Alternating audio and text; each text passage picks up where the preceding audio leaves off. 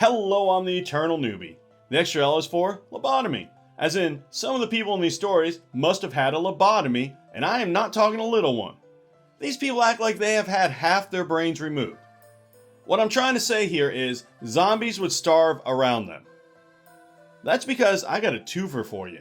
2 stories, 2 big problems, and 2 enablers. The first story was sent in by a viewer, so thank you very much. The names have been changed to protect the innocent and the not so innocent. If you happen to have a story you'd like me to share, let me know. Alright, let's get to it. I just moved to college. I was still figuring out the bus schedule and couldn't remember my class building names yet.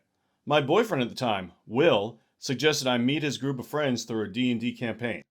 I'd never played before, but I like storytelling and I figured it would be fun. He said, "Don't worry, we'll help you." They did not help me. The group was run by Dustin the DM, who took world building so seriously, I'm still not sure if he saw the game as a collaborative storytelling or as a platform for his 800-page fantasy novel. Jim, who hosted the session at his off-campus apartment, played the cleric. Will, mercifully, was the only one who seemed interested in making sure I didn't immediately drown in dice math. I rolled up a fighter. Simple, solid, hit stuff. That was the plan. Everyone else? Complicated backstories, multi-class nonsense, and energy like they were auditioning for an HBO fantasy series. But I was game. I wanted to learn. I wanted to show Will I liked the things he liked. Jim played a female elf cleric, who for reasons known only to Jim and the darkest corners of his mind, had one deeply unsettling mechanic. She would only heal your character if you sexually pleased her first. That was her quirk. And not even in a tee-hee, jokey way. He described it in vivid, gross detail, in character, and the table just rolled with it. I was the only woman there. I was new. I thought maybe it was a bad joke that would pass. It didn't. Dustin allowed it. Will, the guy who brought me into this group, laughed, said it was just Jim being Jim. After the first session, I pulled Will aside. Told him it made me super uncomfortable. He gave me the classic, "it's just for laughs" defense, but promised to talk to Jim and tone it down. I figured I'd give it another shot. Maybe it really was a one-off. Maybe I was overreacting. Spoiler, I was not. If the guys want to play that way, why not play Fatal?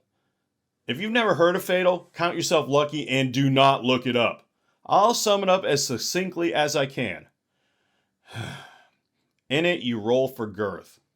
Or, so I've heard. As for this game, screw that noise. But as the petty human being I am, I wouldn't quit right away. The first time Jim tried his shit, I would have shouted, "No, Jim, I will not have sex with you." Then repeated it on campus the next day, only louder. Either that or counteroffer with heal me or get a great axe to the face. Though now that I say it out loud, I think Jim might actually enjoy that. The next session, Jim sort of dialed it back. His elf only made 1 or 2 off-color remarks, and no one needed healing, so I thought maybe the worst had passed. I even started getting the hang of things, rolled a decent perception check, landed a solid hit, didn't embarrass myself. Small wins. Then came the boss fight. It was brutal. Big bad evil guy, tons of damage, party nearly wiped. My character naturally got wrecked. I needed healing, so I asked the party cleric for help. And right on cue, Jim slid fully back into character, turned to me with the worst grin I've ever seen and said, "Well, what are you gonna do for me, sweetheart?" I looked around the table. Dustin didn't blink. Will just smirked. And in that moment, it hit me. No one here cares that I'm uncomfortable. They think this is fine. I stuck it out for one more session after that, mostly because I didn't want to give Will the satisfaction of thinking I was overreacting. But I was done. I left that group, and pretty soon after, I left Will too. The experience didn't ruin D&D for me forever, but did make me painfully aware of the gatekeeping, misogyny, and plain old creepiness that still floats around in some gaming tables.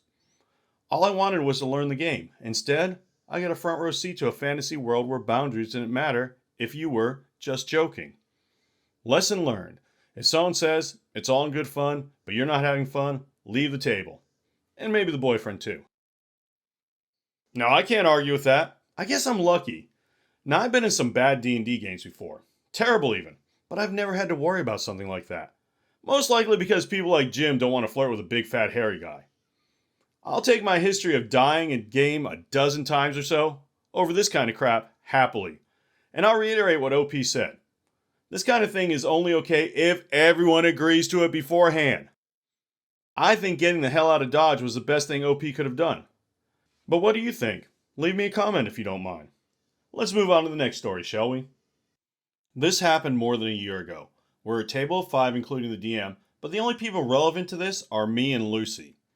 We had been playing a campaign for a few months. I'd kind of disliked Lucy from the start because she played a lot differently than what I was used to, or the way I liked. She needed to flirt with every NPC, and to the point where even the DM had told her that it had gotten really annoying and made everyone awkward. I was playing a paladin of Bahamut, and our party leader met an NPC who used to be a famous paladin himself, but had lost his faith and had settled in with his husband in a village. Lucy got really excited knowing the characters were gay, and kept asking stuff like if they kissed each other goodbye or flirted with each other in front of the party. The DM told her both of them were rather older guys and seemed rather reserved in displaying public affection, though she didn't stop making remarks about them kissing, etc., even after that. My character was a paladin, and the ex-paladin became a mentor for my character. Over the next few sessions, I took levels and feats as a fighter to show how he was training me, while he also got his faith back. He even traveled with us for a mission where we were surrounded, which the DM had clearly made as an unbeatable situation. The ex-paladin saved us, allowing us all to escape, and when we returned to the spot later, we found his dead body over there, which couldn't be resurrected. It was obvious that the DM had planned for this NPC to die to introduce the villain. We took his body back to his husband, where my character had a talk with him, saying sorry, while he said that I shouldn't be sorry, and that the ex-paladin had always felt lost after having given up his faith, and I had helped him gain it back. He gave me the sword that used to belong to the paladin, and told me to carry on his legacy. Lucy had a problem with this because, according to her, I shouldn't have gotten the sword, and that it felt wrong because my character was straight while he was gay, and to her, it felt like we were trying to erase gay characters. She said how only her character in the party was queer, and she should have gotten the sword, and that this felt like a bury your gays trope to her, as the DM rarely introduced gay characters. We had an argument, but the DM calmed us both down, though I still get pissed thinking about how annoying she was. I never did trust that Lucy, what with her always pulling the football away just as Charlie Brown was going to kick it, though he was a total dumbass to keep falling for it, right? You heard me. I went with a Peanuts joke. We keep things young and hip here at the Eternal Newbie channel. It was either that or Lucy, the Australopithecus, discovered in 1974. I sure wasn't going to tarnish Lucille Ball's good name. Everybody loved her. But all that aside, why do people feel the need to do dumb stuff like this? It was a cool moment for OP, and Lucy had to come in and ruin it with her not-so-righteous indignation. Lucy sure must be a lot of fun at parties. What's that? The punch is red? That's the color of blood. Help! Help! I'm being oppressed! But enough from me. What do you think? How would you have handled either of these situations? I would love to hear your answers in comment form. Or just tell me anything. I love getting comments. If you're new around here, how about sticking around with a sub? It would be greatly appreciated.